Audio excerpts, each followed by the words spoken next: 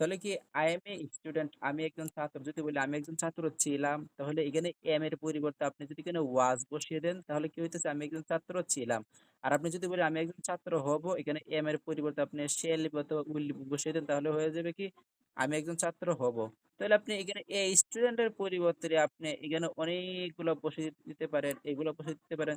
যদি বলেন I will B student, আমি একজন ছাত্র, কিনা আপনি সেম টু সেম সেন্টেন্সটা আপনি এখানে আমি মনে করেন আমরা এই সেন্টেন্সটাকেই আমি কি বসিয়ে দিলাম, আপনি এখানে উইল বি বসিয়ে দিন, শেল বি উইল, এখানে এটার পরিবর্তে আপনি উইল বি বসিয়ে দেন তাহলে কি হয় আমি একজন ছাত্র হব। এখন আপনি এই স্টুডেন্টের পরিবর্তে যদি দেন এ টিচার তাহলে কি হয়ে যায় আমি একজন শিক্ষার্থী হব, আমি একজন কৃষক হব, আমি একজন গৃহিণী হব, আমি একজন ধূমপায়ী হব, আমি একজন গায়ক হব, আমি একজন সৎ হব। তো আমি একজন সৎ হব সেন্টেন্সটা কিভাবে হয়? I know no no I will be honest অর্থে কি সৎ, আমি সৎ হব।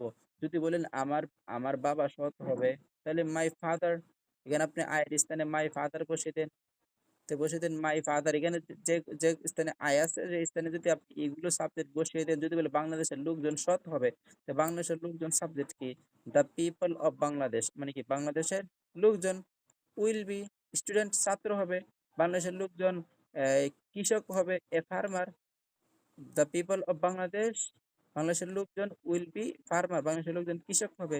যদি বলেন বাংলাদেশের লোকজন ভালো হবে সেগুলি কি গুড তো ভালো। যদি বলেন বাংলাদেশের লোকজন লেখক হবে, তাহলে দ্য পিপল অফ বাংলাদেশ এই পুরোটা মিলে কিন্তু একটা সাবজেক্ট।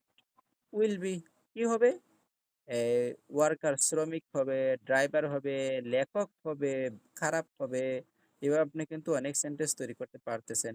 এখন আপনি যদি উইলটাকে নোট করে দেন তাহলে এটা আবার না বোধক হয়ে যেতে যদি আমি একজন ছাত্র হব না, আমি একজন ডাক্তার হব না, আমি একজন ফ্রিল্যান্সার হব না, আমি একজন এজেন্সি হব না, আমি একজন সৎ হব না, আমি একজন ইয়া মনে করেন ভালো হব না, আমি একজন লেখক হব না, তাহলে কি হবে I will not B A এ রাই এই স্টুডেন্টের স্থানে আপনি বসে দেন এ রাইটার, আমি একজন লেখক হব না। তাহলে এইভাবে কিন্তু আপনি অনেক অনেক অনেক অনেক সেন্টেন্স তৈরি করতে পারবেন, পারবেন না?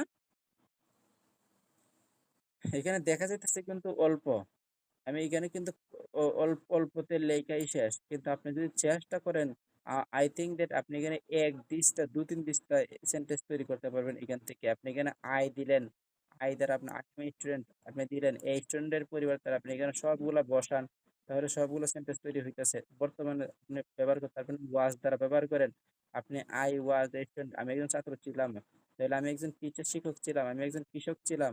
এখানে আপনি এই স্টুডেন্টের পরিবর্তে আপনি এখানে সবগুলো বসান, তাহলে কিন্তু আপনি অনেক সেন্টেন্স তৈরি হয়ে যেতেছে। আপনি এম এর পরে আপনি শেল বি উইল বি বসান, আই উইল বি স্টুডেন্ট, আমি একজন শিক্ষার্থী হব, তারপরে আমি একজন শিক্ষার্থী হব, আমি একজন কৃষক হব, আমি একজন শিক্ষক হব, আমি একজন কৃষক হব, আমি একজন গৃহিণী হব, আমি একজন ধূমপায়ীকারী হব, আমি একজন গায়ক হব। এভাবে আপনার সেন্টেন্স তৈরি করতে পারবেন। তাহলে আপনারা এখানে দেখেন, এইখানে আইটার স্থানে আপনার এইগুলো পরিবর্তন করবেন তাহলে অনেক সেন্টেন্স তৈরি হয়ে যায়। অর্থাৎ অথবা আপনার এখানে যে সাবজেক্ট গুলো আছে আপনি এগুলো পরিবর্তন করতে পারেন, এগুলো দিলে অনেক সেন্টেন্স তৈরি হয়ে যায়। তো ইংরেজি কথা বলা কিন্তু অনেক সহজ, বাট সমস্যাটা কি জানেন, সমস্যা হলো আমরা চেষ্টা করি না। আমরা যদি চেষ্টা করতাম তাহলে আমরা অনেক অতদিন কিন্তু সবাই ইংরেজিতে কথা বলতে পারতাম। তাহলে আমি আশা করি দেখাইতে পারছি কিভাবে শত শত ইংরেজি বাক্য তৈরি করা যায়। এবং আপনি এখানে দেখেন আই উই ইউ দেহের সাথে এখান থেকে এখান থেকে আপনি বসবে আর এখান থেকে বসবে ওয়ার। আর এর সাথে শুধু এম এবং ওয়াজ হয় কোন সাবজেক্টের সাথে কি কোনগুলো বসাবেন, এবং he she it my father mother sister is এবং ওয়াজ বসে, আর শেল বি উইল বি সবার সাথে কিন্তু ব্যবহার করা হয়। কিছু আমার একটু নিয়ম আছে। তারপরে আপনি যদি মনে করেন আমি বললাম এই